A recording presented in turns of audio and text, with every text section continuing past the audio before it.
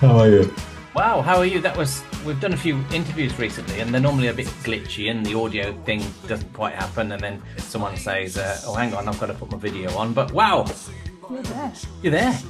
Oh, I do quite a lot of these things, so I just did another one about an hour ago. So I'm well versed in the zooming in this world. Okay, so you're well warmed up now, then. I'm always well warmed up, but nice to see you guys. I Lovely checked to out meet your you. website. I Lovely. listened to a little bit of your Kraftwerk guy from Germany talking. I Oh, see I see you guys run very long, so I'm kind of somewhat impressed and both daunted as well. well, yeah, we had to edit Wolfgang's because he's been performing since 1973, so he's got a lot to talk about, and we couldn't cut him short. It was meant to be a 2-hour program, but we had to overrun by a good half an hour. Oh, goodness, wow! You guys are in it for the long haul, then. But no pressure. No pressure. No pressure. No, absolutely not. Well, it's lovely to see you and to see you back writing and performing music. Thanks for having me. You're very welcome. We'd like to talk about the new album, of course. But before we do that, maybe we could find out a little bit about yourself. So if we go way back when little Sal Solo was sort of finding out about music, can you remember the first music that you listened to that had an impact on you? I came home from school one day, and my mom said she discovered all these radio stations, and they were playing a totally different kind of music. So they were playing people we'd never heard of, like Stevie Wonder and the Four Tops. So she thought this was amazing, and so I quickly got into that because at the time, the BBC, a lot of it was basically boring stuff, really.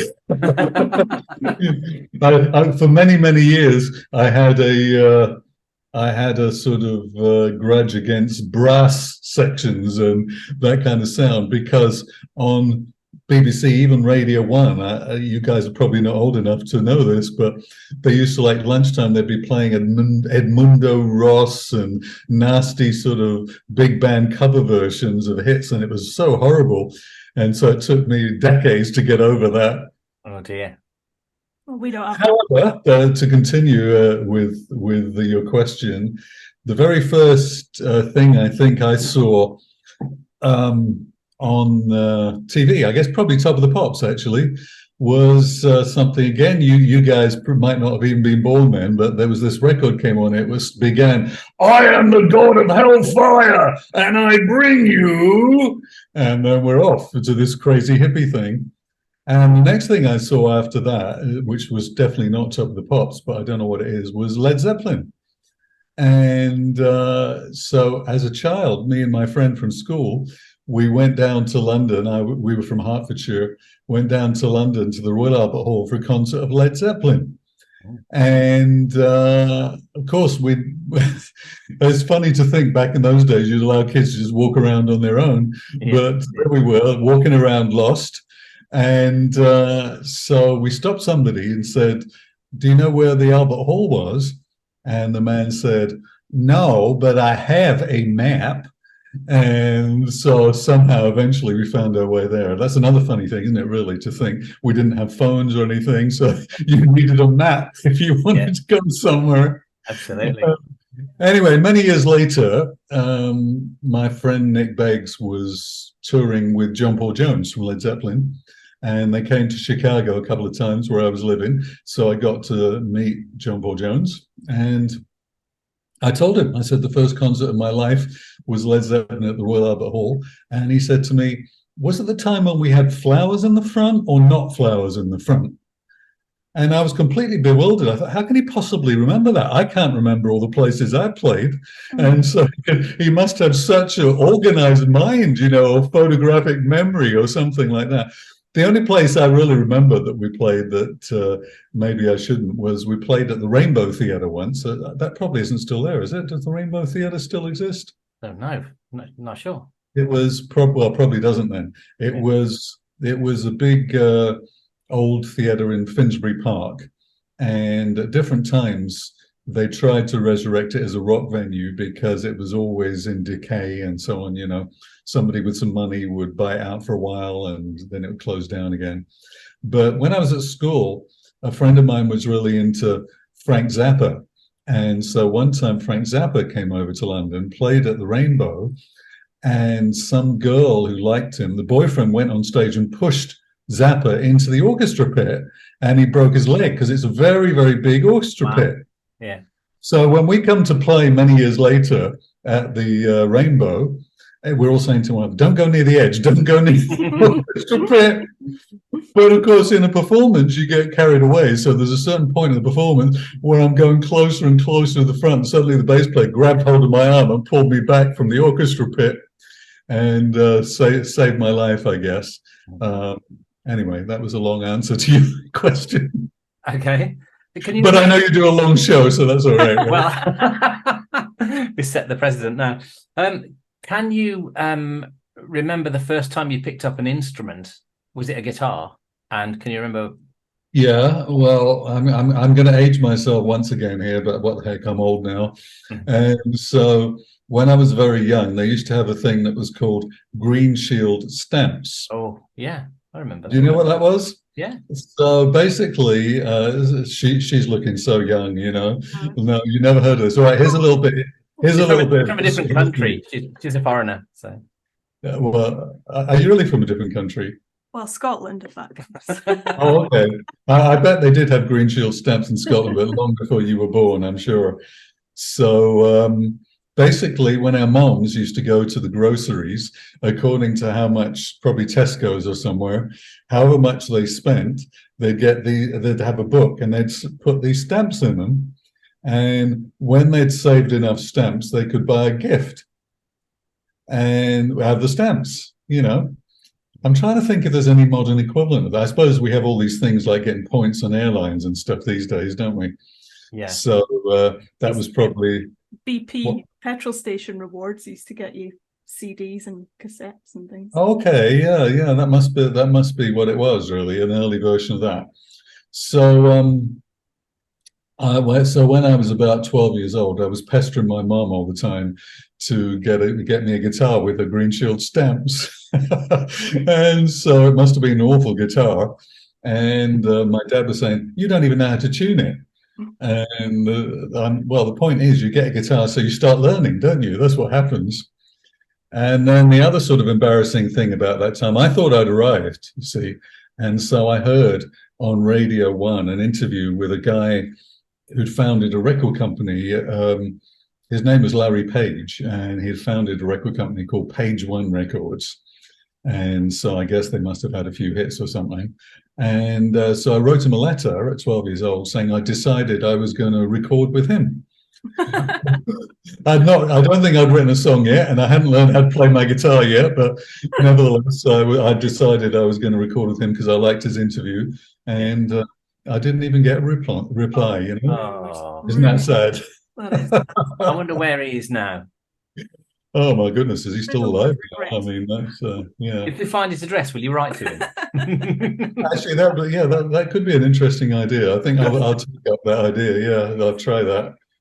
Go and do a Zoom search as soon as we're finished. Yeah. Actually, just as an aside, I've just thought of something else. We've started working on a series, which we finished the series now, but it's where basically a couple of old gentlemen write to their favourite pop stars and question the lyrics of their hits. And then we've had most of the artists actually write back and either stand up for their lyrics or say, okay, yeah, you've got me. That it's quite an interesting thing. We might put you forward for that to see if they can question you. Well, I kind of like the Bob Dylan approach, that everybody interprets all kinds of things, from his songs, and he refuses to ever tell anybody what he was writing about. especially on this new album, actually, I tried to be more poetic than I had ever been before, and I thought it'd be nice if people just interpret the way that they want to interpret with the lyrics.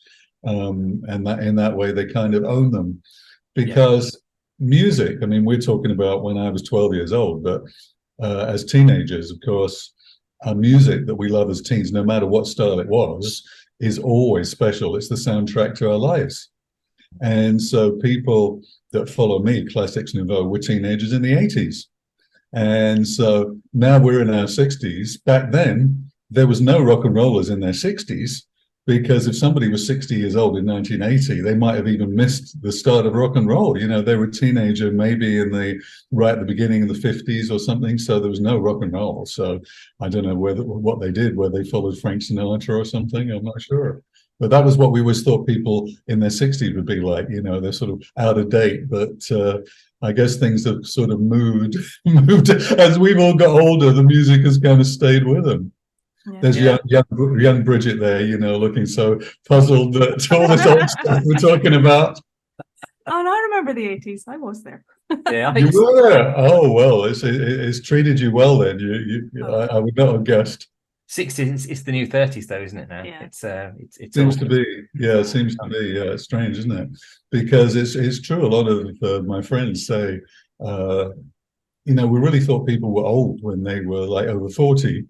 And now people at 60, well, I mean, Mick Jagger and people are over 80, aren't they? Mick Jagger, Cliff Richard, all these people are still out there doing it. Amazing.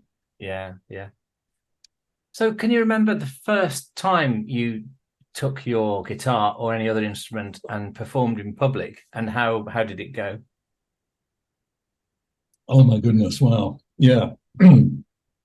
Well, that day on the radio, I heard for the first time "School's Out" by Alice Cooper.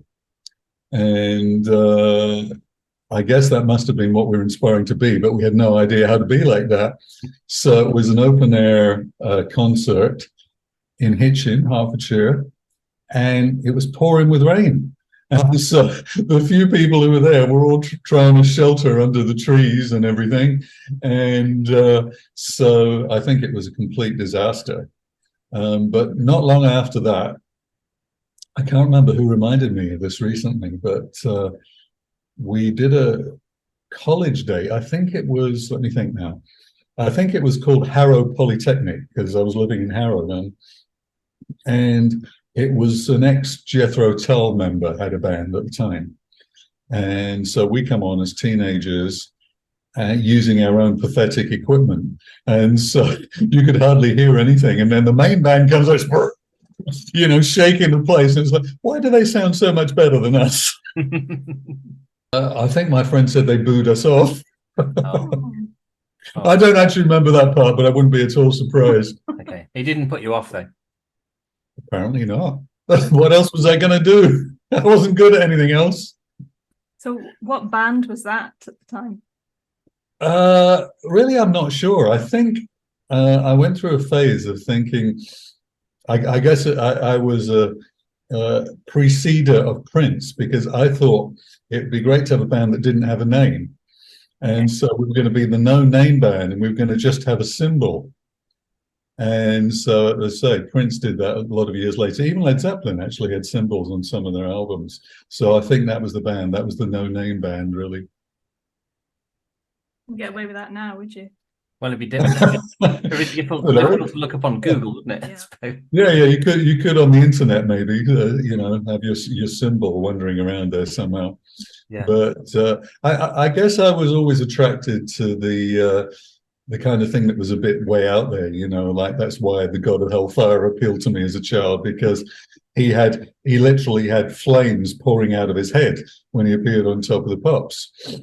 And another one who I saw around that time that I really liked was Lena Lovitch. Do you know Yes. remember her? Oh yeah. Our friend is the drummer with the Lena Lovitch band. Fantastic. Yeah, when she had that My Lucky Numbers Up, you Yeah. know, I remember going to some college and seeing her in Hampstead or somewhere, and I just thought it was so great because it was so bizarre. And also, I had a friend from school who played with Sparks for their first album. Oh, great. And so when the stone big enough for the both of us, you know, I mean, that was way up my street as a child. Fabulous. Yeah. Lena Lovitch is still touring as well. Yeah. Somebody told me that. Yeah. Well, if she ever comes over to Florida, I'll have to go and see her. Absolutely. We'll have words. We'll tell her. Although I believe she's an American who made it in England, And so and Sparks too, actually. They made it in England before they were ever known in America.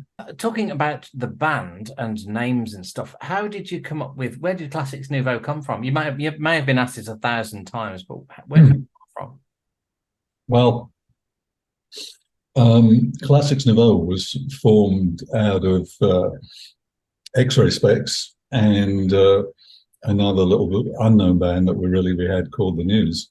And so right away, when we were together, we had gigs and everything planned. So we're about 6 weeks away from our first gig. And so we had to have a name. So we all sat around with a notepad maybe or something and wrote down ideas and passed them around in a circle, and at regular intervals we'd go through and cross out all the obscene ones. And at the time, bands were called things like The Beat and The Selector, The Jam. And so the only word that people seemed to really like there was classics. But I thought that was a bit too ordinary, and we wanted to be the next thing, not the current thing. And so I got the idea of adding this nouveau on and turning them into X's, so it became Classix Nouveaux. And that was how it came about. And it's interesting because soon after that, you started to get Depeche Mode and Duran Duran and Visage, all these sort of Frenchy double barrel names were suddenly the new thing. And so that was a good guess, really, wasn't it? Very good. Can you remember any of the ones that you threw out? Yes, actually, BP, my drummer, this morning, we were talking about this, and one of the names was Minutemen. Oh. I don't know why or where that came from. I think Minutemen were like rockets or something in World War II. Yeah, I quite like that. It's quite like 60s, doesn't it? Minutemen. Yeah, we definitely didn't want to be 60s. We wanted to be 80s. You're progressive. So, do you pronounce the X in nouveaux? No, we don't really. I just did that, to because we're radio. I wanted to accentuate the way that it's spelt, because even then and to the present day, a lot of people get it wrong, and I think I saw one recently. I don't know if it was the record company or something, or one of these interviews where somebody had put the right title and then further down they're spelling it wrong. It speaks badly for us British, doesn't it? We're not good with other languages. Yeah. I think you have to be very careful when you're naming a band, because as a radio station, we get lots and lots of music. We get hundreds of new tracks from bands every week come in. And some of them, they have the most ridiculous names, like The Band, or what was the other one? File Not Found. File Not Found. Error I mean, when you've got a music video and your band's called File Not Found, you've got no chance whatsoever. Or Sent in Error was another one. It's like, so we're not going to... Yeah. I remember Tony Blackburn. What's that one that Google does when they send you, if you send to a wrong email and you get a message back, Oh, yeah.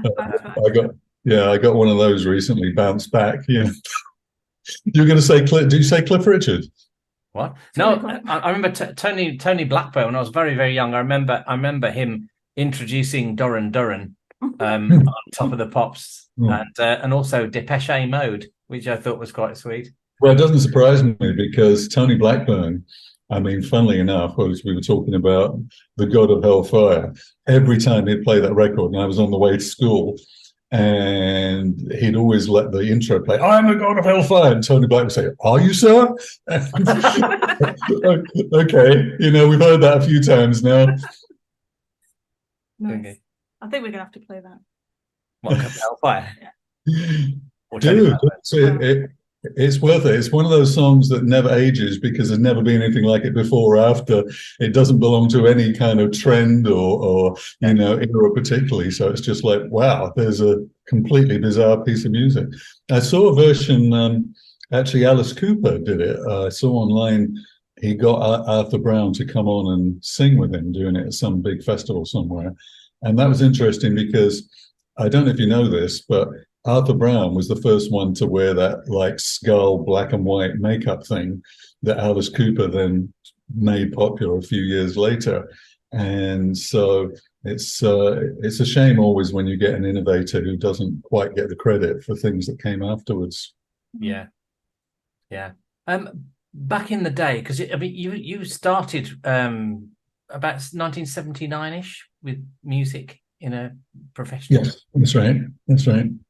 When you think what was around at the time, I mean, it was a very eclectic chart, wasn't it? Around 79 to 80. How did you feel when you were starting to write your music? Were you aware that you were different to what was around? Did you feel? Well, I think with hindsight that we ended up being something of a bridge between punk and what ended up being called electronica or futurist or new romantic.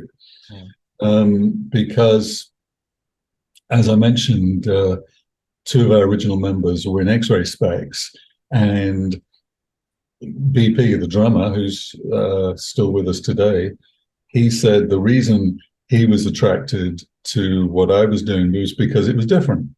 He said, you know, the kind of songs that I was writing, they were not in the styles that were around before. And I think when we were very young, we were all attracted to the idea of doing something that had not been done before. And really, it was the perfect time for that, because all these new things were coming out at that time: drum boxes, different kinds of synthesizers, the synth guitar came out. There was all sorts of sounds and effects and things. And so it really just was a fantastic time. I mean, even stuff like the extended mix, I guess is what we call it now, like an extended mix, that they were 12-inch singles. So 12-inch singles came out. So every time we'd finish the actual radio song, then we'd be able to have fun in the studio, chopping up bits of tape and putting them all together until you ended up with 8 minutes instead of 3 minutes. Yeah. That was all brand new and exciting then. What about video? Yes, yeah, that's a very good point, because there were not a lot of music videos before. I think one of the ones I do remember was when the Boomtown Rats had I Don't Like Mondays. That seems like it was some kind of a music video when it was #1 for a lot of weeks. Of course, Queen had Bohemian Rhapsody, that was in some ways almost like the first real rock video. And with our first one, we happened upon a great director. He was, I think he's Australian actually. And for some reason, I guess he was living in England at the time. He ended up becoming a movie producer. He also produced the Teen Wolf series for MTV in recent years. And he'd done one video at that point, which was Ultravox Vienna. And that was really very sort of dreamy and everything, and we liked that. And so we went in with him. And the concept for the video was this new thing had come along, which I don't know if they had yet termed it new romantic, but anyway, where we were going to clubs where Boy George and Marilyn and all these people were coming out with all these costumes and their makeup and stuff. And every time we'd be playing a gig, a good portion of our audience would be coming along dressed that way. So our manager used to go around to people and say, if they looked really good, he'd say, would you like to appear in a video? And so when we came to shoot the video, it was kind of staged a bit like one of our club performances. And it had all these kind of bizarre, exotic people in their makeup and costumes doing particular moves that went with that music. And so it was possibly the first time, really, that people got to see this thing they were calling new romantic. Yeah. So you found your tribe then? Yeah. I mentioned, that we were sort of a bridge from punk, because at the start, a lot of our followers were from the original Adam and the Ants, and obviously X-Ray Specs and all those kinds of bands. And so I guess kind of they with us, or we with them, made this transition into the next thing, leaving punk behind. And so, yeah, it was a really interesting period. Yeah, we were listening to some of your stuff earlier on today, and we watched the video Guilty a few times, and it's that song seems to sum up to me. If you could pick a song from 1980 to 1983 that would sum up that whole movement, I think for me Guilty would probably be it. Looking at that song today, and then the YouTube video. Did you? Yeah, Sort of have there was at the time. I think it was Bill Grundy, wasn't it? They used to have a tea time show on BBC or something, like a sort of magazine show. Mhm. Again, Bridget's looking at me completely puzzled because you were probably in, you're probably in, I'm trying to think what the English word is. We call them diapers, you know. Nappies, yeah. Nappies, that's the word. Yeah. So, But excuse me, you are English. I've been 24 years in America now, so I've Yeah. kind of forgotten some of the vocabulary. Absorbed it, yeah. Yeah, but yeah, so Bill Grundy's show was one night doing a feature, I guess, on this new thing that was happening in London. And again, I don't know if they use the term new romantics. There was lots of different terms for it then, but he showed some of the guilty video just to illustrate who the people were, you know, that were around. And so you're right, it is a good sort of little documentary of that moment. Yeah. And how did you take to all the other new romantics that were around? Were you all like brothers in arms, or was there a lot of spite and aggression between everyone, or were you all mates? Did you go around to Gary Newman's house for a cup of tea? Well, Gary Newman was slightly before us. Somebody asked me recently, when was the first time I was at Top of the Pops? And the first time I was at Top of the Pops, I remember seeing Gary Newman, and he was so big at the time. Obviously, his songs were at #1 and everything. And I just thought, oh, he looks a bit underwhelming because he's quite short. And he seemed at the time a bit on the shy side too. I guess he used to come to life once he's performing. No, he wasn't around, but Boy George was there before he was famous. I mean, in a sense, he was somewhat famous because just for being outrageous. If TV shows wanted some people just to look completely weird. I think also there was that Hazel O'Connor movie, Breaking Glass or something? Yeah. Is that what it was called? I think he was among people just hanging around in that. Marilyn was there. The people that ended up as Hazy Fantasy and as Zig Zig Sputnik, they were always around. There was a few, other names that people would know from that.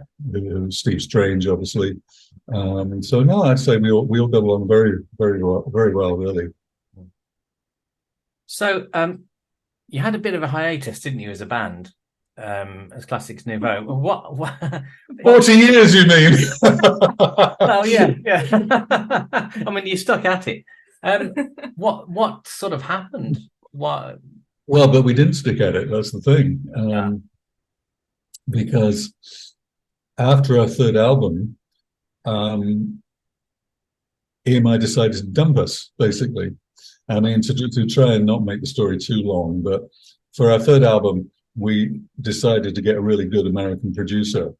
He really produced so many names, but at the time, his big thing was the Thompson Twins. He was producing all of their hits. And we kind of liked that sound. It was very, today I'd call it kind of plastic pop. It's all machines and very much of that moment and very clean sounding. So we fancied that. And we were about 6 weeks into the album, and the guy from EMI came along looking very sheepish, and he said, I need to talk to you. You've spent £70,000 already, and the album's still not finished. That's the whole budget. And so our producer, he said, well, you never told me that at the outset. If you'd told me that, I would have said no. And so anyway, we finished the album, and then EMI said, all right, we've spent all the promotions budget now, so that we're not going to promote it. And so having spent all that money and invested everything, that was the end of that. But the irony was, at the time, we just started going to Poland, where we were really big. And so songs from that album were going to #1 in their charts. And so it's hard to not look back and say, well, maybe if they'd just spent a little bit on advertising, the same thing would have happened in our home. So what happened next then? You suddenly were you without a record contract, without a label? Yeah, that's right. Yeah. We were dumped by EMI, and so we still had a number of tours booked, because the story of Classix Nouveaux is really of being a very international kind of band, you know. If you'd have wanted to just be successful, popular, rich, then you would either concentrate on the UK or the US, probably more than anything, the USA. But we were not really taken with the allure of that. It was more fascinating for us to go to India and see what the culture was like there, or Thailand, or communist Poland. And so we went to about 30 countries. And so by the time EMI dumped us, we still had all these tours in countries where we were popular, Spain and Portugal and places. So a couple of the members of the band left because they weren't getting paid anymore. And my manager, I guess, said to me, do you want to do these tours or do you want to cancel them? So I said, all right, well, I'll do them. We'll get some new people in. But then the next thing was, I did this song, San Damiano, on a TV show. And my manager said to me, well, what do you want to do with it? And I said, well, I'd like to release it as a single. And it didn't represent Classix Nouveaux. It didn't sound anything like Classix Nouveaux. It represented me and my journey. And so I said, we'll release it in my name. Of course, it became a hit. And so next thing, the general public and the record business wanted me rather than Classix Nouveaux. You know, Classix was the old thing and I was the new thing. And so for a couple of years, I was doing that. And so none of us really ever thought anything Classix Nouveaux again until just the last few years. And the phenomenon really that came along was the rise of these Facebook fan groups. So initially, we didn't know anything about them. Some guy in Switzerland started up a Classix Nouveaux fan page, and then somebody else started up a Let's Get Classix Back on Stage or something. And eventually, anyway, it filtered through to us. And when we looked at it, we thought, wow, my goodness, these people are really dedicated. Like every day they're posting old tickets and posters and photos and versions of this. Like this really meant something to these people in their lives. And couldn't believe it. Like they even know the dates, when anniversaries, when we released such and such a record, you know. And so eventually I said to the other guys, why don't we record a song, you know, as a kind of birthday present to them on one of these anniversaries? And so we did, and to our surprise and horror, they immediately started saying, new material, we want new material. So I was in a panic for a while because I'm thinking, how could we possibly do that? You know, you can't go back to your youth any more than you could fit on your clothes you were wearing when you were 20 years old. And the music styles and everything, we haven't played in that style for so many years. And then one day it struck me, we don't have to be who we were back then. We can be who we are today. And so that was very liberating. And so in the light of the journey that we made, each of us, the experiences we've had since then, the maturity we now have that we did not have back then, what would be the music we would want to make today? And so in essence, we established a Classix Nouveaux of the 2020s rather than of the 1980s. And if obviously you've listened to the new album, so you know that it has some kind of homage to who we used to be, but it's very much a record of today. Yeah, there's certainly there's the Classix DNA in it, but you've all sort of grown up, haven't you? You're all looking at things in a more mature manner, maybe, and as all the fans have moved on as well. So it's yeah. That's the good point, because of course all the fans have been listening to every kind of music for 40 years, and so they don't hear things the same way they would have done back then. Yeah. And for our musicians, it's quite interesting because the musicians are that much more accomplished. Not just that, actually, but even in the arrangements of the songs and everything, there are things that we might have almost wished to do or dreamt of doing back in the day we would not have known how to do.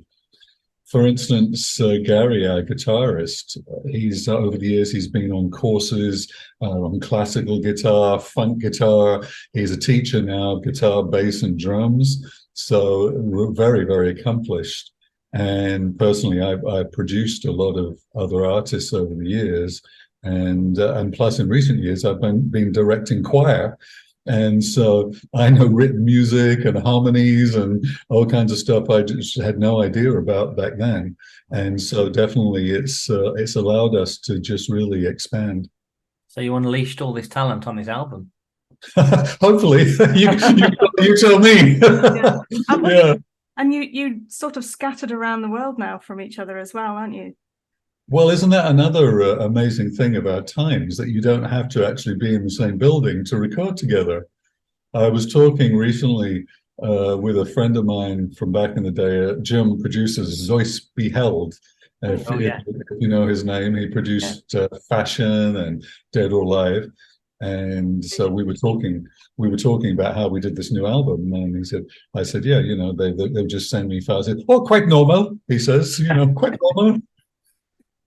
So, I mean, we should talk about the album. I think we've had a good listen to it, and we love it. We do like it because we sort of had this preconception as to what to expect. Because very often when a band goes away and they come back, they sort of pick up where they left off, and why not? But you've moved on quite a bit, haven't you, in styles? And you say about that, you can certainly tell in terms of musicianship, that's all gone up a few gears, hasn't it, from what you can hear through the album? Would you be happy talking us through just a brief, we won't make this into a 4-hour show, but just a brief resume about each track, which when well, first of all, just to answer what you said, I think the first thing is that we didn't have to do it. Our lives don't depend on it. Back in the day, as I mentioned, we had nothing else to do. We were either going to be a rock band or we were going to be nothing. Yeah. Laborers, maybe factory workers. But our lives have moved on a long way since that time. And so we absolutely didn't have to do it. And so it's very much a labor of love. You took your time about it. Well, even once we started working on it, actually, it took 2 years to complete the album. In fact, the first song was even done 4 years ago. But there's that. And also, because we'd completely disappeared, we didn't really have a reputation to worry about or enhance or anything like that. And so we were totally free to do whatever we wanted, really. It's like, okay, this is what we feel like, so this is what we're going to do. So when you say about talking through the track, so the first song, well, actually I'm going to go a little bit backwards, really, towards the end of the album, because the song that we did for the fans, I think it might have been 2 years ago, was Inside Outside, which was actually from our first album. And not only was it from our first album, we often used to begin our shows with this particular song. So the fans know it very well. And all I can really say about it is that they, obviously they're very attached to it, fans, but we wanted to revisit it in the light of who we are today. And in a way, I'm sure the fans won't agree with this because they're always going to love what they heard as teenagers. But for us, it ended up the way we always felt it should be. It's like a rock song. It's got that new romantic-y electronica sort of robotic thing about it. But the drums are great and powerful, and now we've finally got the rocking guitars in there that we would not have had back in the day. And so that was the first one we recorded, because at the time we had no idea we were going to write new songs. So once the new song process began, again, we're thinking, this is the age we are today, this is the age our fans are today, so we want to speak to our shared experience. And so our shared experience is we're getting older, but we're not done yet, basically. And so the album begins with "Fix Your Eyes on the Prize." It's like, fix your eyes up. We're not. It's not a sort of depressing, get ready for the grave type of thing. It's rather, hey, come on, let's be excited about all the things that we can do. including recording an album from different continents at the same time. And musically, I think somebody said to me, this one is a bit more like the older Classix Nouveaux. It's somehow that with the synths and things, it's a bit more of the style of the 80s. But it's somehow it's cleaner. It's got more energy to it. It's got the guitars in there and everything. So it kind of feels like a very updated version of how Classix Nouveaux used to be, if I might say that. Isn't it strange that when you put a synth into a track, people go, "Oh, it's the 80s." Whereas if you hear a guitar in a track, you don't go, "Oh, it's the 60s," do you? Well, I think that's part of the reason, is it?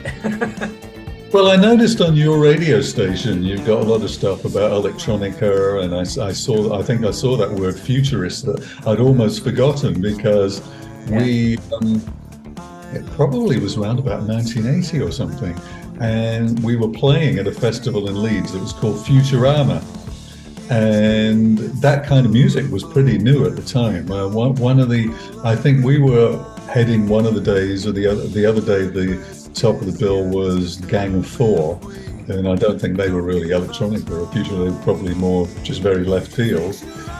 There might have even been like an early Soft Cell or something. Some of the names on there look familiar with hindsight. Electronica definitely seems to be associated with the 80s. But at the same time, all EDM today is all just like the kind of music we were doing back then. Even the beats. When I mentioned about doing 12-inch singles, to me, every sort of EDM track today sounds like our 12-inch singles. They've got exactly the same beat. They have a lot of times the same. They're trying to reproduce the same kind of sounds. Yeah. And when we made those sounds, we had to know how a synthesizer worked, because we had to tune oscillators and things like that. Whereas all they do is press a button and they're okay. There's that sound. So that's funny. But I'm interested. So fix your eyes up. Did you guys have any particular, as we go through them, if you guys have any particular impressions or comments to make, I'd be fascinated to hear that. Yeah, sure, yeah. We want to know what would your battle cry be?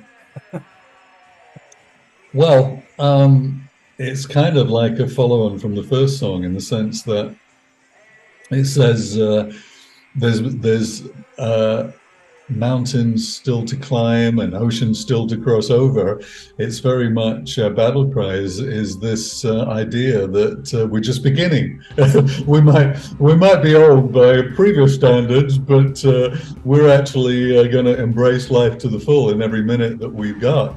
And so we're not kind of coming back with a whimper or a whisper or an apology. We're coming back with a battle cry. Here we are, we're full of energy and we're ready to go with whatever the future brings.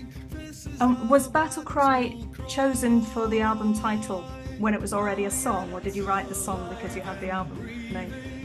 Well, the song was there first, and so we went through several possibilities. One of the possibilities was the final track, which is called Color Me the Sky, because it sounds like such a poetic phrase. But we ran into trouble with that, because two of us live in America and the other two are in the British Isles. And so in America, we spell color me C-O-L-O-R. And of course, you spell it C-O-L-O-U-R. And so we thought, okay, this is going to be problematic. Like one of the fans online wrote, spell it the British way. So, okay, we won't go there. But Battlecry really, it kind of, in a different kind of way, it sort of musically captures some of the things from back in the day. Like, it's very rhythmic, like Adam and the Ants used to be back in the day. They used to call it the Burundi beat. It's got sort of this anthemic guitar thing about it, which sort of is a bit reminiscent of Big Country. And so it wasn't particularly intentional that we're going to do it that way. It was just, that seems to be how the song was. And so we enjoy that one a lot. It's very rousing. Hopefully people will sing it with us and enjoy all the energy. So will that be, when you're performing live, will that be the first song of the night or the last one, or the encore, do you think? I think we'll have to wait and see how the fans react, because you just never know. That's true. Well, I think you're going to get an army of new fans with it. Yeah, that's true. Well, let's hope so. Thank you. Obviously, you're one of them, so I appreciate that. Yeah. Oh, you want to move on to the next song, Wretched? Yeah. Wretched, next song. We've got a little bit of a standing joke on this one going on right now because somebody who I had review the album, he said, I thought you said this one was called Richard. It is now. Great. Yeah, it is now. So now we always say Wretched, not Richard. So there we go. So I love the fact this word, you see, I came across it on a late night TV show here in America. There was it's not well known, it was on some cable channel, and it was about 2:00 in the morning, called Wretched. And I thought, oh, what a great word. That's like a word we would normally never really use. It sounds very theatrical or dramatic. You could imagine it in poetry, but in conversation, we wouldn't normally use it. And I thought, okay, that's exactly what I want to do with this. And so it's a different kind of reflection than the first two, because the first two are more about all the things we're yet going to do and all of the energy. So when we come to this one, it's very mellow, and it's more of a sort of looking back on the things that we might do differently, if we had that chance again. And so it sort of talks about doing the things I hate and so on. That's that idea.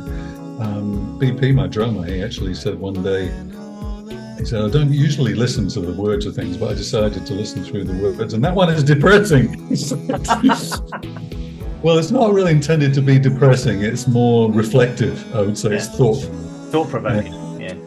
Hopefully, that's one of the things I think probably we should do when we get older is, look back and say, okay, maybe I treated that person badly or something like that when I was young because I was stupid. And maybe it's time to reconcile and, try and make things right while we still can. That'll be Richard then, will it? Well, maybe I was going to think of Richard. Yeah, I'm thinking of somebody, but anyway, not Richard. Let's move on, shall we? Okay. What comes next? Final Symphony. Final Symphony. Yeah, that one's a lot of fun, isn't it? Yeah. Final Symphony. I almost don't want to give away too much with this, let the cat out of the bag, because this one is going to be very, very surprising for the fans. One of the things that we discovered in the making of this album was BP, our drummer, said that he was inspired to take up drums by John Bonham. Gary, guitarist, said that he was inspired by Jimi Hendrix. And I already told you, my first concert of my life was Led Zeppelin. So we didn't know that we were all heavy rockers back in the day because we were busy with the synthy thing. And so on this album, we just decided to let rip a bit. And so Final Symphony, musically, it's quite rocking. It's probably more rocking than anything we ever recorded before. And also in the music too, it's another of these sort of reflections on the wisdom that we've gained now. And really my intention is, back in the day, I was a terrible egotist. I hope I've got over that now. But it was, looking back, it's like, it doesn't detract from you to allow somebody else to shine. It's been a hard lesson for me in life to learn to celebrate other people's successes and, all of that kind of thing. And so just to step away, an orchestra is great because all the different parts, join together. And they don't all try and play at the same time and do the same thing. They all have a different role. And so that's really what's meant by Final Symphony. There's no symphony in that song. Of course, it's mostly a heavy guitar song with some heavy drums and synths in there. But the Final Symphony is really that. But the Final Symphony is created by all the parts shining rather than everybody trying to outdo everybody else. Yeah. And then we've got some total juxtaposition, which is a word I don't use very often, with Final Symphony and no do-overs, which I just it's probably the simplest of songs on the album, maybe, but it's very clever, and the way that you link all of the song names together is really clever. It's because you could have put any old stuff down, really. But and they all resonated with me as well. Each of those tracks resonated with me. Well, yeah, we're thinking we might actually have a competition around the time the album comes out and see if anybody can catch all of the songs mentioned, because you're right, for those that haven't heard it yet, No Do-Overs, all the lyrics are made up from 18 hits of the 80s. And having strung them together, the funniest thing is that not everybody gets it right away. You know, they think they're following the story or something. And then maybe after a while, or somebody tells them, it's like, that was all song titles there. Well, I played it the first time and I didn't get it. I recognised the lyrics, but I didn't quite get it. And I heard it through the second time, and the way they've been put together, they write as if they weren't actually song titles. It's like a really nice piece of poetry, isn't it? That's what's so amazing about how it's put together. It's like it was written like that, and he hadn't stolen all these names from everybody else. It's really. Well, I didn't steal them. I was reflecting upon them. You borrowed them. Yeah, you borrowed them, reassembled them. Yeah. Well, I think on the one hand, it's our shared experience. You know, this is the music of our youth, and so that's one of the intentions in that song. But at the same time, saying there's no do-overs, because we're looking back so much later, whether it was good or bad or whatever we did, you know, the successes we had, the mistakes we made, that's it. You know, we got to move on now. We are who we are today because of that. The other thing about this is going to be our single from the album, and so we've got a video all ready to go, and in the video there's a lot of kind of reflections, but hopefully in an optimistic way. And so we do hope everybody will enjoy that on the day of release. The single will come out on the same day as the album. Right. Okay, and next track is Revelation Song. Yeah, well, this is back to the heavy guitar stuff again, guitar and drums. And it starts with this narrative voice. And so BP, my drummer, well, first of all, see, he lives in North Carolina, I live in Florida, so he drove down 8 hours or something to record the drums, but he's not just somebody who sits behind the skins and then goes away and leaves you to it. He's always been quite an ideas kind of person. And even in the studio, he'd get carried away with the Fairlights and the Mellotrons and all the equipment we had around. And sometimes we'd end up with very bizarre B-sides from his exploits.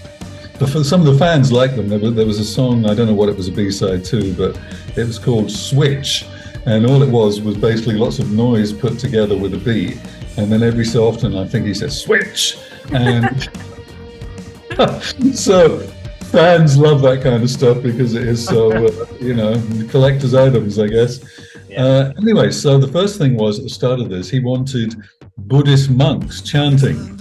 I don't know where on earth he got that idea. So I start finding these samples of the Buddhist monks and put together, it should be a chorus. And so we end up with this really strange beginning and ending of the song.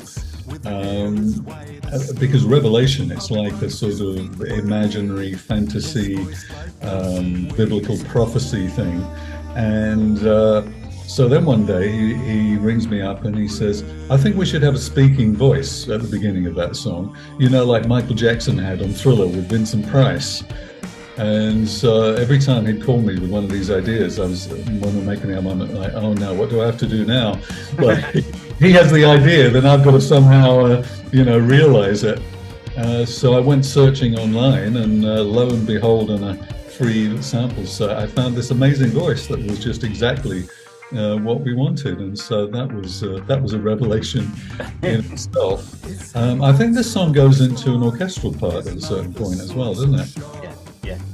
And so that was another surprise that I don't quite know. I don't remember how that came about, but it was just once I'd done it, it was like, wow, I love this bit. This is like my favorite thing.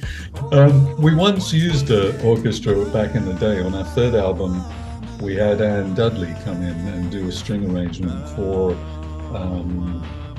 Forever and a Day was the song on our third album. And we loved it then. That was so amazing. The engineer was Phil Thornalley, who went on to play with The Cure and all that. He was about 19 at the time, and he was amazing going around, and he knew how to mic up all the cellos and everything else.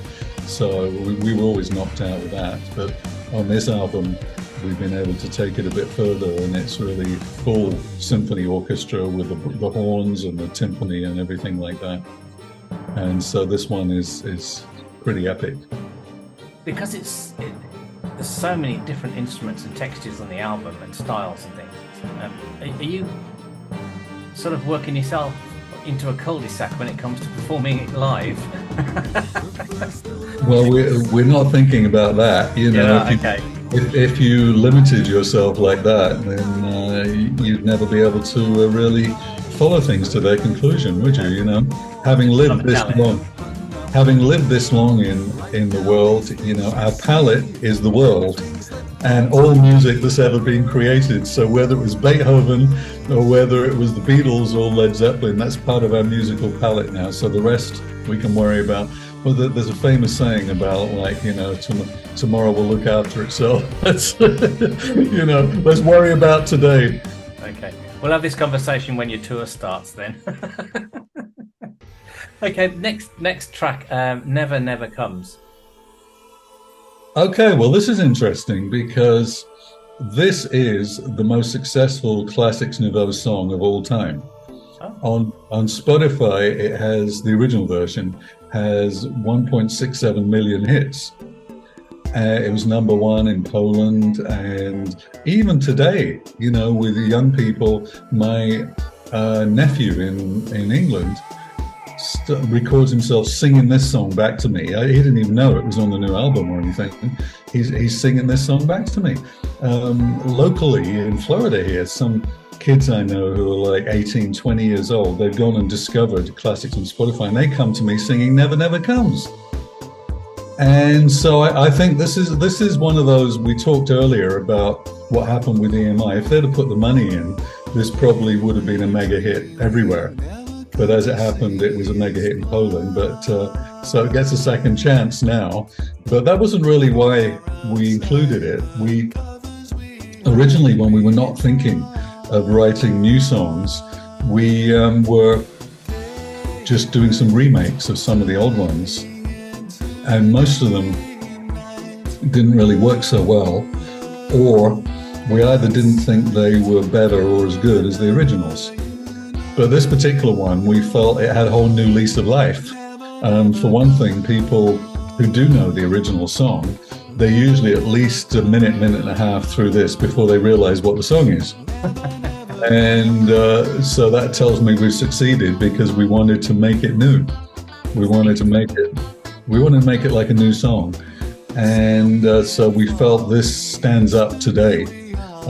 This is the music of today. It's not the music of 40 years ago. And we even have an idea in undercovers at this moment to have somebody do a remix of this. And so we might well put it out next year in yet another new version. Actually, you do remixes, don't you? Retta, you could do a remix for us of that. How do you know we do remixes? I read it on your website, yeah, that you do remixes. So I thought, okay, you should do it. We would love to have a go at Never Never Comes. Okay, you got the job. You don't have to use it. I mean, we can send you a link to ones that we've done if you want to vet us first. Definitely, yeah, I'd love to hear it. But it's funny you mentioned about cover versions, because, of course, there are quite a few cover versions of our songs out there, especially Never Never Comes. Yeah. But there's a version floating around out there of a very early song that we did that was called Nasty Little Green Men. We were talking about this. We were talking about this about half an hour ago. She loves it, absolutely loves it. Well, for many decades, I disowned that song. I thought it was so ridiculous. And then, accepted.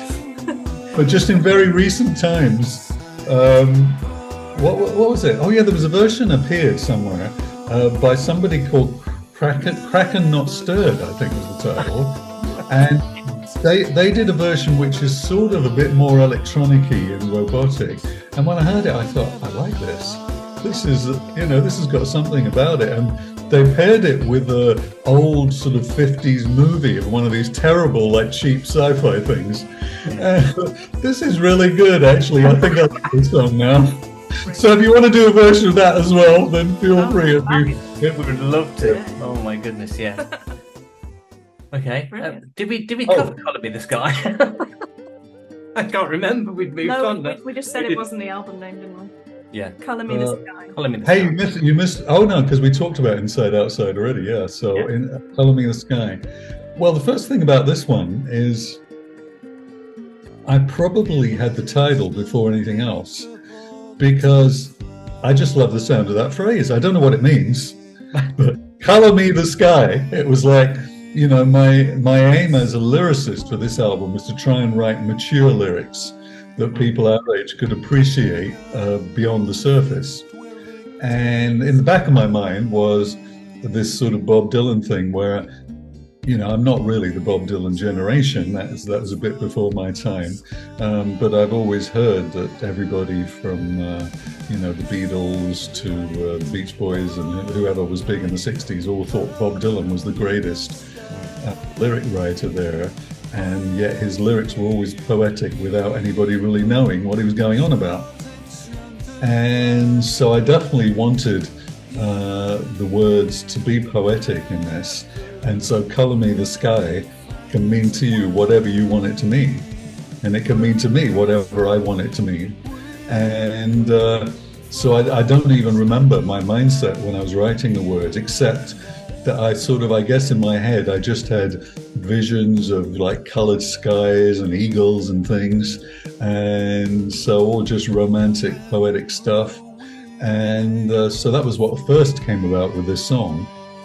But then as a musical palette, it got very interesting because I started off with sort of what was more of a synth riff. And then when Gary did the guitars, a lot of times he came up with surprises. And I didn't know that he'd studied classical guitar. And so he sends me this nylon string guitar riff that sounds like Segovia or something. And I was, wow, this is brilliant. I love this. And so we kind of went from there.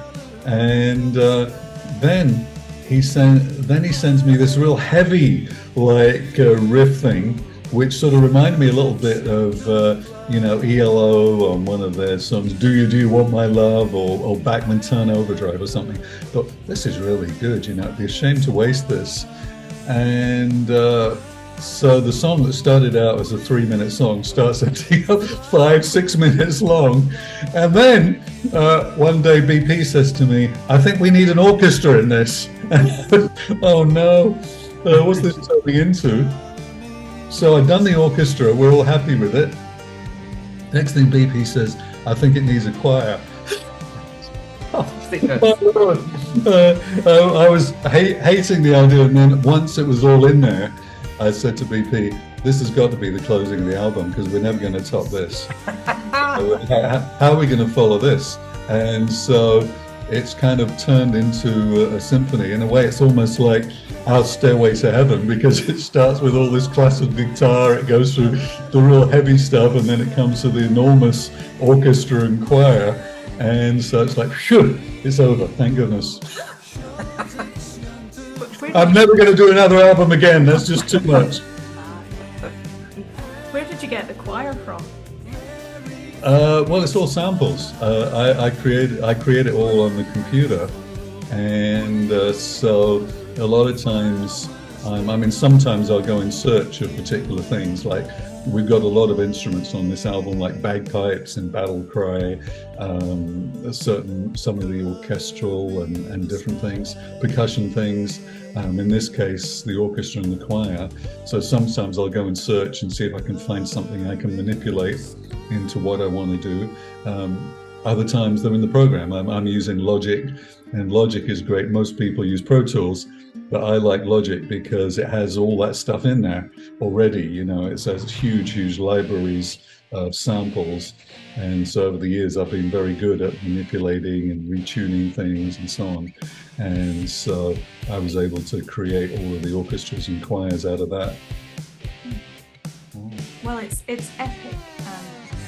Epic is a good word. Yeah, it's good. The tracks are completely different in style, and you know, the feeling of them, that they're all beautiful. It's a really warm, happy feeling sound. I think it's really uplifting. Even Wretched. I'm glad to hear that, because I definitely didn't want to go out on a low note. We've had it playing a few times today, haven't we? It's been going round and round while we've been working, and it's funny that you hear something new every time you hear the track. And maybe that's because of the complexity of some of the arrangements. Some are very simple, but as a whole piece of work, it's wonderful. Did you find it difficult getting the order of tracks together? Is that something that you really lost a lot of sleep over, or did it just drop in order? No, I think that was fairly easy, because one of the things particularly that BP and I had in mind was we wanted it to all work together as a piece, not just a random throwing around of songs.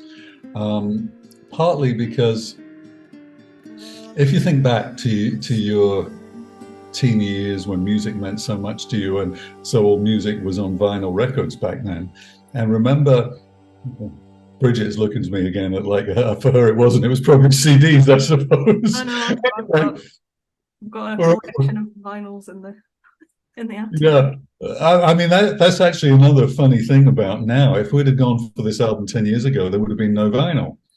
But today, it was an obvious, and it affected a lot of what we did, because originally, again, our aspirations for this album were very modest. We thought we were just simply pleasing the existing fans, and we were just going to put it out online or something and be done with it. And so the first thing was they all start expecting CDs. So it's like, oh, this is going to be difficult, because, you know, we're in America and they're in England and all of that, and Poland and places. And next thing they're saying, and vinyl. So it's like, vinyl? Oh my goodness! If we're going to have vinyl, we've got to have a record company. You know, we can't be manufacturing vinyl and all that as well. So we're going to have to go back into a record deal and all those things like we used to do years and years ago. And once we got into the deal with Cherry Red, what we discovered was that when you make a vinyl record, the technology has not really changed since it was all first invented. I've watched online some videos with these guys from Abbey Road talking about this. The technology has never changed. And so vinyl is not really a natural home for the kind of music that we make today, because we're making digital music. And with digital music, I remember probably maybe in the 90s.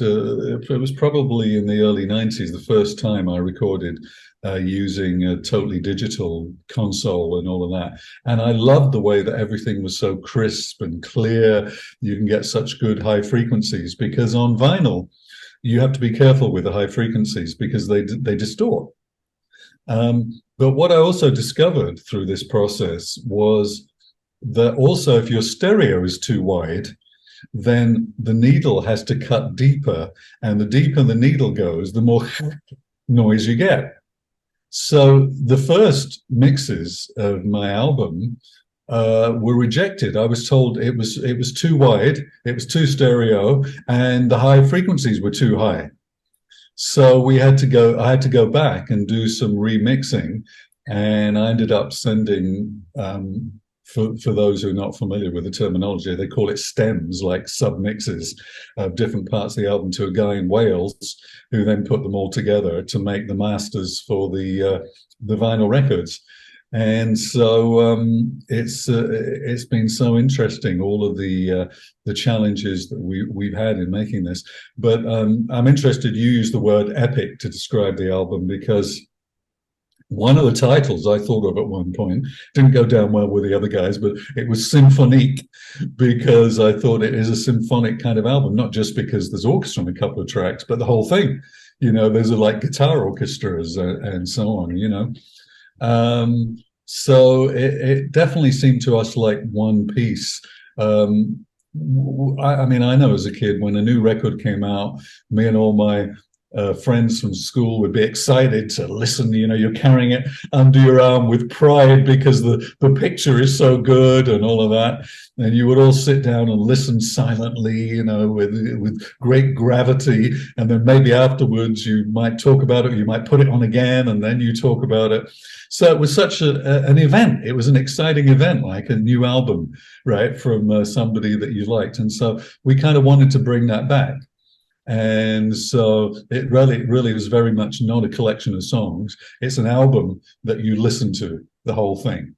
Afterwards, if you want, you can go back and pick little things. But if you listen to the whole thing, it will be a journey from beginning to end. That's why it starts with very cinematic kind of music. One reviewer said to me, I was surprised it starts so softly and gently, but we kind of wanted to work up to when the band comes in.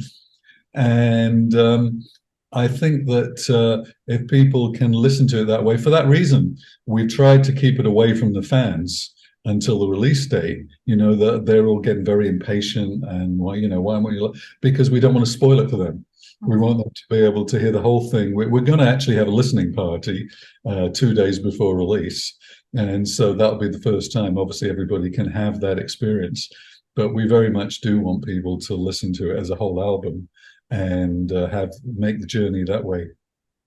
And how does the artwork that you've got behind you there, the album sleeve, how does that tie?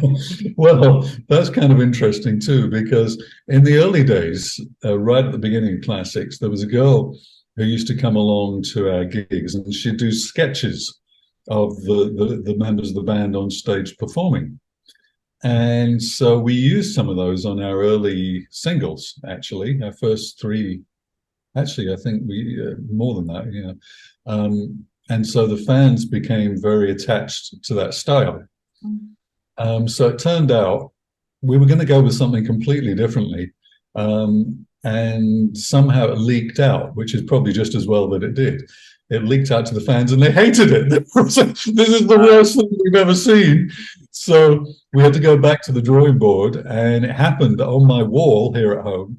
I had this one picture by her that had never been seen before, that she had given me as a gift back in the day. And I don't know why we didn't use it then, but it'd been on my wall ever since, like every house that I'd lived. It had come from England with me to America. And so I found her online. She still works as an artist. She's got a studio in Camden Town or something. And so I just happened to manage to get hold of her online. And I said to her, you know, there's this picture that you gave me and we were thinking of using it. She said, well, I gave it to you so you can do what you want with that. And so that was that. So the fans were really thrilled because it's a little throwback to in the day. They recognize the style. And from there, it's sort of, because it's got this grayish sort of palette to it, we made all of the other pictures that we've used for the singles coming up. You know, we've got other artwork that is in a similar kind of vein. And it also sort of goes with the lyrics in the same way that we talked about the lyrics trying to be poetic. We want the art to be artistic as well. It's not just like a casual throwaway thing. We don't want to put pictures of fat old men on the front, you know, that we are now. It's all right. People tell me I'm not fat, but hey. I thought you said foul. No, I said fat old men. Oh, fat, I thought you said foul men as well. I thought that's a bit rude. Oh no, we're not. No, we're not foul. Richard might have something to say about that. He is. Okay. They will have heard the album, but obviously this chat gives them a different perspective on everything. Yeah. And your style of questioning is a little different to other interviews I do, partly because it's long form, and because we ask really interesting questions. Well, you mostly made me talk, so, but actually that's what the professionals do. Because back in the day, I think the very first really professional interview I did was with the BBC World Service. I show up to BBC House there. I don't know if it's still there, but near Oxford Street. Yeah. Go up on an elevator, and it was somebody who was kind of somewhat famous at the time. I think maybe Jane Walmsley or some name that we knew. And she asked me one question, and I spoke for 20 minutes, and that was it. So on the way down, I'm thinking, wow, she was a really good interviewer because she didn't inject herself at all into the interview. So I learned from her because I started doing radio back in the late 80s. I first of all was on BBC Radio London, and then I was on a station called GWR out in the West for a few years. And so if I'm interviewing somebody, then I don't inject myself, I try and trigger the responses. Here in America, they're terrible because all the presenters want to be stars. And so they just talk and they answer themselves. And then at the end, if you're lucky, they're like, oh, what do you think about this? And then everything's already been said, you know? Someone said to me a long time ago, when you're doing the radio interview, they said, I couldn't do that because some of your shows are like 2 hours long. How do you talk for 2 hours? I said, we don't. We don't. We find out some information about who we're talking about. Generally, actually, no, not generally. We actually like all of the people. I don't think we've ever interviewed anyone that we don't like. So if we like their work, I think there's an appreciation. So, and you've got the story. I'm a bit fascinated with what you guys are doing out there because, I looked on your website and I saw who's on there and the kind of things that you're doing. Mm-hmm. And it's another one of these sort of phenomena of our age that people who are a bit older than the Radio 1 crowd kind of asking questions about the history of music, essentially. I did one long form chat with Nick Beggs, and people loved it. Saw that one, yes. Yeah, because obviously we're talking about shared experiences and things. To us, they don't, that was our lives, so we don't think too much of it. But for other people, they just find it that people say, more, we want you to talk more about what it was like in the 80s. And some of the interviews I'm doing, they're saying, well, who were you around and who did you play with and all kinds of, to us, it's sort of almost mundane sort of stuff, really. But it's given me a bit of a sort of weight on my shoulders where I think we do carry some of the history of rock music at a particular time. And so maybe we should find ways of documenting it. The other day I was talking to some guy, Google Japan, he was. And I didn't even know anybody liked us in Japan. I mean, we did do some concerts there, but it wasn't one of their big territories. He knew everything about us. He said he's been waiting 40 years to talk to me. Oh, isn't that lovely? That is really cool. Absolutely, yeah. How does that make you feel when someone says they've been waiting 40 years to talk to you? I mean, everyone's been waiting 40 years, to be honest. Yeah. Well, it's everything connected to this is really very humbling because you just at the time you don't realize you're having an impact on people's lives that way. Because I guess you're busy growing up yourselves and you're sort of working out things how the world works, and particularly for us when we were traveling around in all those countries and we'd see the poverty in India and we'd see the child prostitutes in Bangkok, and again we're under 30 years old, all of us at that time. And so you're sort of confronted with things that would not normally touch your comfortable life in England. On my third Classix Nouveaux album, there was a song called The Unloved.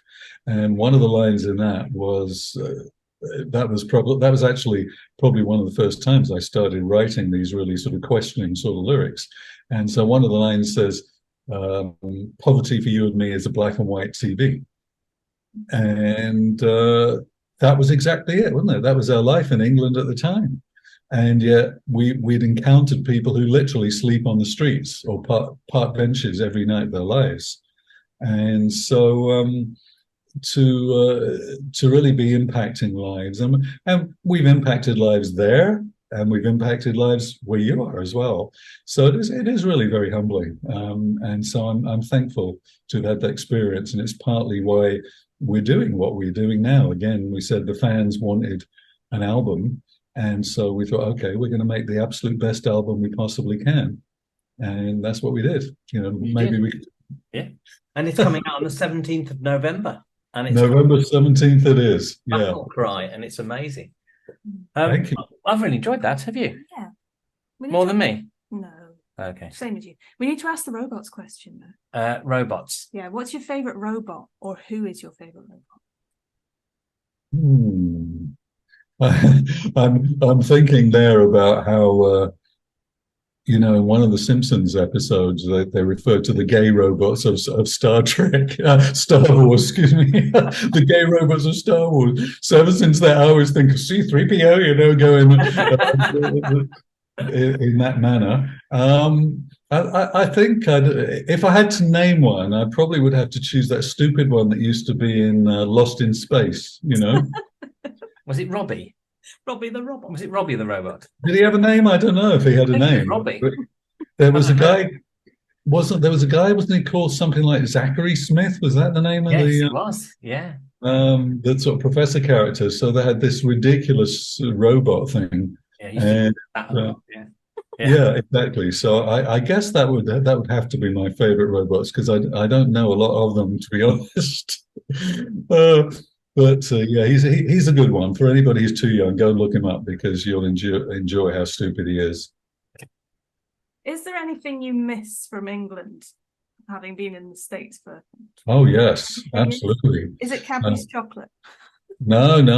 It's curry and it's fish and chips. Fish and chips. See, the thing is, I get my tea from England. My sister sends me tea at regular intervals.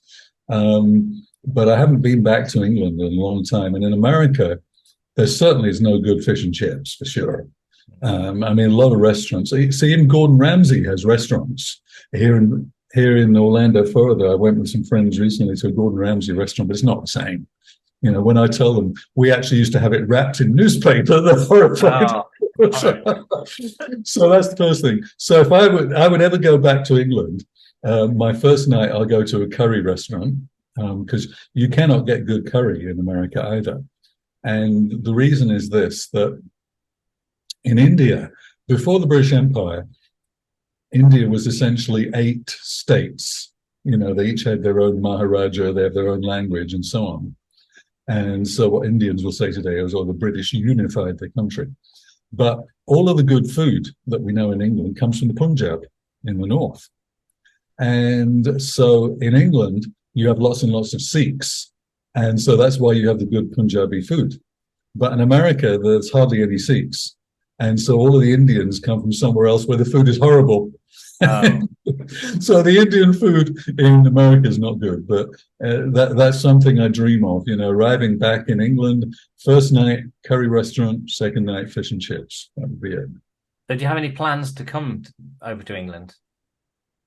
Well, I did just renew my British passport, so I'll leave it at that. Interesting. Okay. Well, if ever you do come over to England, we'll find you the best curry house we can possibly find. Where are you guys based? Well, we're in the Midlands. We were in Stratford-upon-Avon. Obviously, Bridget was from Aberdeenshire, but she's moved down here now. But now we're in Ulster, spelled Alcester. Ulster, really? Yeah, it's on the Worcestershire-Warwickshire border. We're just between the two. Oh, no, it's funny about you mentioned Aberdeen, because I had a friend who went to college, university up in Aberdeen at one time. And so I went and I spent a weekend. It was so cold. That's why she's down here. That's why I emigrated. But also one time I interviewed Runrig. Wow, Yeah, I had quite a few of their albums when I was still in England, and they were playing at the Royal Albert Hall. And so I had to go back there to interview them. And they were very gracious, you know, they were so nice. But I loved their music because it was kind of like it was almost like a less commercial version of Big Country, wasn't it? You know, they kind of had that anthemic thing and that bagpipey sort of vibe about their music. It was Rolling sounds like history in your ears. You just feel like hundreds of years worth of. Yeah, you're right. Actually, all of the sort of tradition and culture is in there. Because they come from some faraway islands, don't they, where they spoke Gaelic when they were young. And so I've always got a great hankering for that kind of thing. You know, when we went to India and the East and all that, I used to pick up records of their local music. And sometimes I'd see if there was something I could kind of absorb to do something different. You know, back in the day when Peter Gabriel started doing all the world music, I was very fascinated with that. I liked that idea. of expanding pop music, so we don't just do the regular British stuff, you know. Mm. I'll tell you, I loved doing radio, you know, not so much on the BBC, but I was on GWR for probably about 3 years or so, maybe 4. Yeah. And once I got into the 90-second mindset, that was so great, you know. Whenever I would interview people, if they rambled on and on, I'd always be cutting it down. I got very good at editing, you know. Yeah. And but the fact that you can say so much in a little period of time, like if I'd be on a TV show where you normally don't get much time, I'd always say to them before, how much time do I have? And then once they've told me how much time, I know I'm not going to let them use up my time. So I'm going to go right in there. And if it's a 90-second, or if it's 10 minutes, that's great. I'm going to do 10 minutes. Yeah. Well, we try to keep this. We both do 2-hour shows, so we tend to, if we can get between sort of 11 and 15 tracks, generally we have about 45 minutes for talk. We make that into 2 hours. But someone like Wolfgang Flür, I mean, he's got such stories to tell. There's no way we could, you know, just possibly cut him short, although we did cut about 20 minutes off. But even that, I think on the YouTube video, we put that in anyway. We've left it in. So we'll aim for 2 hours. That would be a good. Well, the fans, they tend to like the long form, because when I did the chat with Nick Beggs, my Cherry Red guy said, "Oh, that's way too long. You need to just cut that down to what talks about the new album." So I made a 3-minute version, and then I gave the link to the 30-minute version. Everybody went to the 30 minutes. And so it's like, okay, darn you, I'm not going to do those short edits anymore. I'm going to go, let's do the full. Today I was doing a chat with, I don't know if have you heard of Our Daughter's Wedding? Yes. Yeah. So they were, for the very first Classix Nouveaux tour we did in England, they were the opening act. And so BP has kept in touch with one of them all these years. And so we decided to have a little chat. And so we talked for over 30 minutes. And so I started to do a tiny bit of editing, but then I thought, actually, I think this kind of stands up on its own. It's just a good, interesting conversation. And, you know, he talks about how New York was back in that day, and they toured opening for the Psychedelic Furs and different people. And so I think the fans will just enjoy the long form conversation, you know? Yeah, they like to think they're just eavesdropping on a chat rather than an interview, don't they? So they're not being told what to listen to. They're just eavesdropping. Yeah. I think this might be, again, one of these sort of phenomena of our day. Now that we've got so much stuff online, there isn't a need for brevity anymore. I mean, I find myself, actually, the house I live in now, I've just been here about a year and a half or less, and it's the first time in my life I didn't have a TV provider. And so I'm just watching YouTube all the time. And so the number of documentaries, like even when I was producing the album, I'd come across these documentaries of young guys who are engineers, or, you know, how you use these plugins and all this different stuff. And a lot of times I'd think, well, I think I know all that stuff because I've been in the music business a long time, but in case I'm missing something, let's watch this and see if I gather an idea that I should know about. And I found myself also discovering old people like the Small Faces. I don't know, somebody mentioned to me that Steve Marriott was so good, so I kind of went back and found something on Steve Marriott and the Faces, and he really was good. This guy was fantastic. My goodness, he's like, you know, you probably wouldn't have had Led Zeppelin without the Small Faces. And again, you know, it was slightly before my time, so I didn't really appreciate them as a kid. But now going back, it's like, wow, that he was definitely one of the best singers of the 60s. And the Small Faces, as a band, must have been so amazing when they first came along, because they were just teenagers.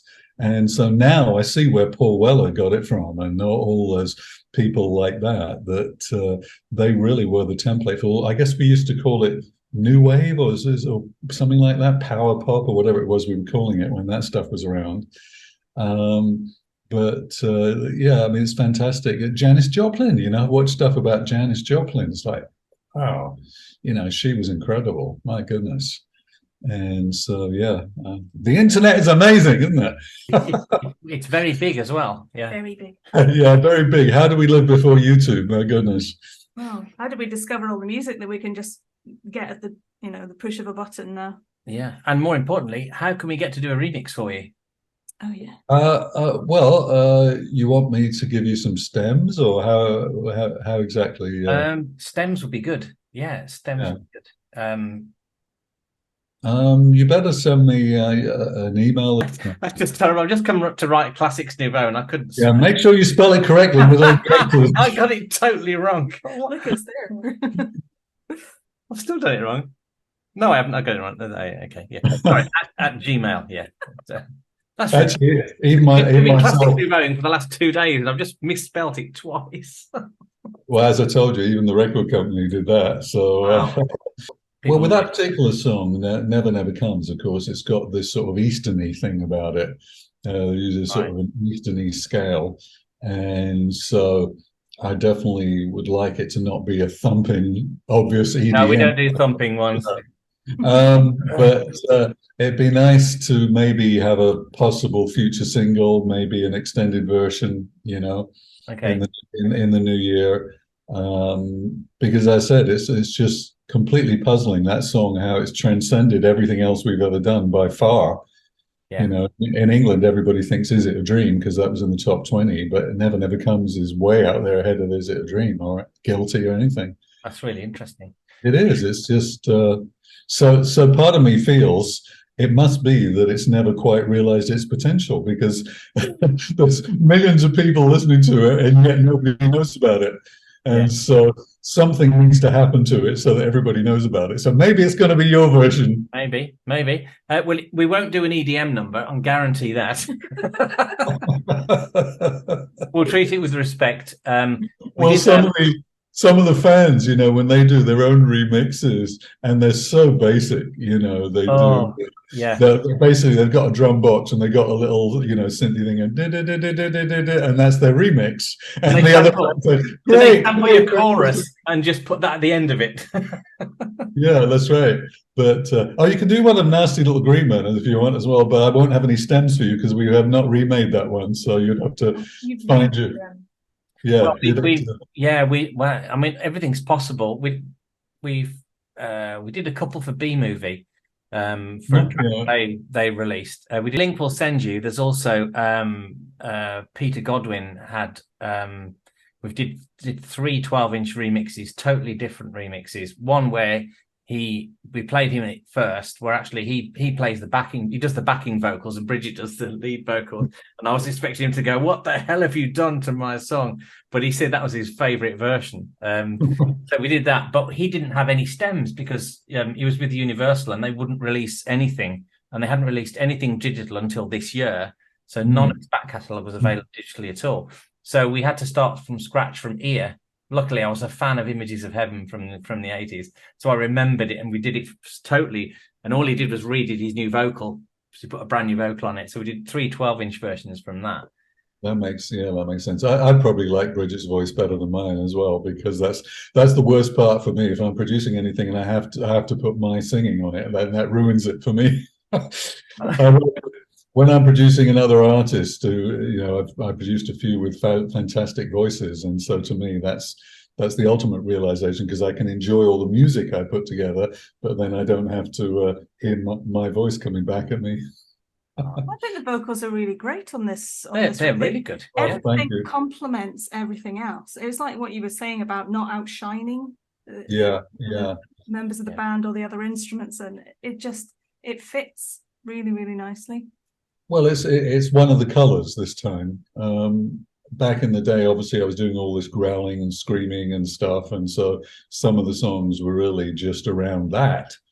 But today we want good, strong songs, good melodies, good lyrics, great playing, and then the whole thing then has a depth that it would never have had before, really. I mean, I'm sure you mentioned the idea of new fans. I'm sure there's many, many people out there who would have dismissed Classix back in the day, thinking, "Oh, it's just too gimmicky, or it's too, showy, or whatever it is," and they would probably enjoy this because it's not like that. It was of the day, though, wasn't it? That's what I noticed when I looked at Guilty today. It was exactly of the day, and you wouldn't have done anything differently, would you? Well, having to talk about all this stuff now because of all these new interviews is when I suddenly came to realize, I went to see Lena Lovitch back in the day. I really loved that. and Sparks and Arthur Brown, I'm realizing I never did like the real middle of the road mainstream stuff. It was always what was bizarre, what was original. That was what struck me. And so we were never going to do a Duran Duran or Spandau Ballet or something like that, because they were really going for the kill in the mainstream and all the screaming girls and all that stuff. Whereas that just did not appeal whatsoever. You know, I was wanted to be somehow to the left field, not so far that nobody could understand it or appreciate it, but just enough that it was something different, really. And so I think that's kind of the path that we took. Excellent. Well, we've had a ball, haven't we? We've really enjoyed that. Thank you. It's been an honour. We've kept you a very long time, but well, he's kept us 40 years. In fairness, yeah. But yes, thank you very much. Fantastic. All right. Well, I hope to talk to you again one day, and well, probably not too far away if you're going to do some music with us. That'd be lovely. Yeah. And so, yeah, absolutely. Yeah, it'd be great. So fantastic. All right, you guys. Well, I wish you absolute best success with everything you're doing. It's very fascinating, and I'm going to look forward to hearing the music that you're creating. Lovely. Thank you very much. Thank you so much. All right. Bye now. Bye.